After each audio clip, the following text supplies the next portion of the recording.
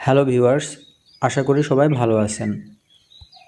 আপনাদের কি মনে আছে কিছুদিন আগে আমার আঙ্গুর গাছগুলো আমি প্রুনিং করে হাইড্রোজেন সায়ানামাইড লাগিয়ে দিয়েছিলাম।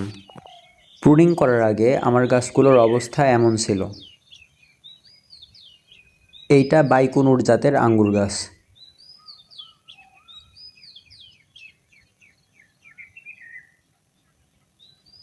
এখন যেই গাছটি দেখছেন এটি গ্রিন লং জাতের আঙ্গুর গাছ। প্রুনিংয়ের আগে গাছগুলো কেমন ছিল আপনারা দেখতে পাচ্ছেন। গাছগুলো আমি প্রুনিং করে গাছগুলোতে হাইড্রোজেন সায়ানামাইড লাগিয়ে দিয়েছিলাম। অতঃপর 19 দিন পর 20 দিন চলাকালীন সময় গাছ দেখতে এমন হয়েছে। এই গাছটির অনেক কুশির সাথেই কুঁড়ি দেখা যাচ্ছে।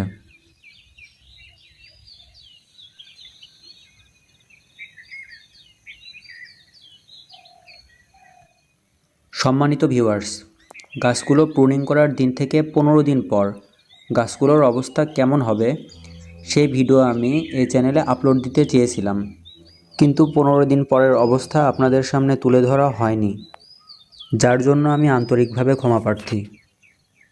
আমি 19 দিন পরের অবস্থা এই ভিডিওতে তুলে ধরেছি।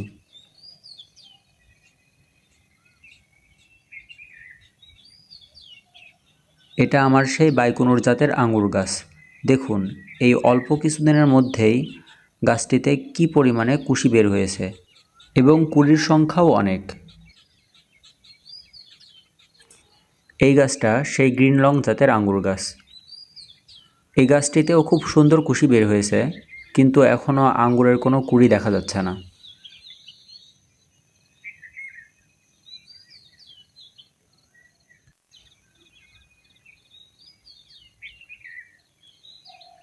দেখুন কুশিগুলো কত সুন্দর সতেজ।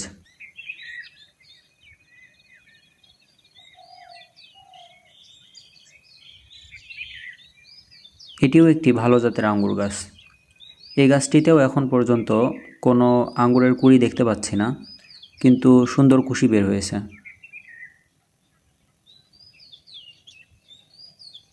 এখন আমি কিছু কুড়ি এবং কুশি থিনিং করে দিব ইনশাআল্লাহ।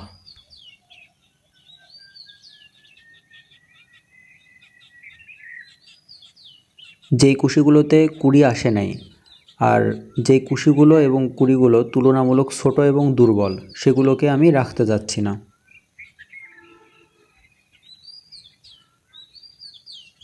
ভিউয়ার্স দেখুন কত সুন্দর সুন্দর কুশি এবং কুড়ি দেখা যাচ্ছে।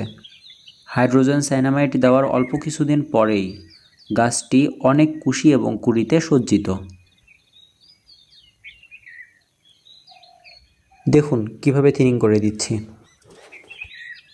এই যে এই কুশিটাও তুলনামূলক ছোট, ভেঙে দিলাম।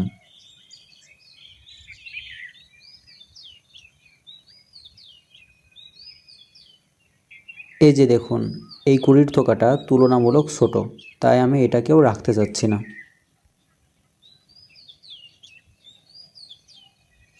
বাইকুনুর জাতটা একটা ভালো জাত।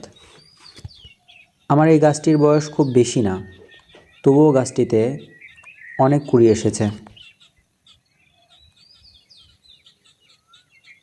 যদি সঠিক জাত এবং সঠিক পরিচর্যা করা যায় তাহলে ভালো ফলন পাওয়া যাবেই ইনশাআল্লাহ।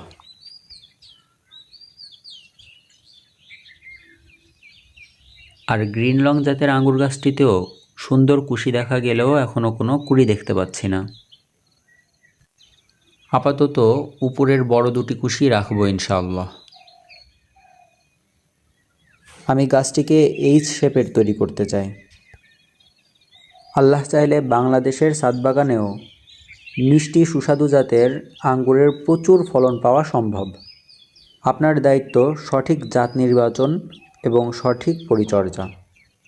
আঙ্গুর, আপেল, বেদানা, মাল্টা সহ বিভিন্ন গাছের পরিচর্যা সম্পর্কে যদি ভিডিও দেখতে চান তাহলে এই চ্যানেলটা সাবস্ক্রাইব করুন, আর ভিডিওটি ভালো লাগলে লাইক করতে ভুলবেন না।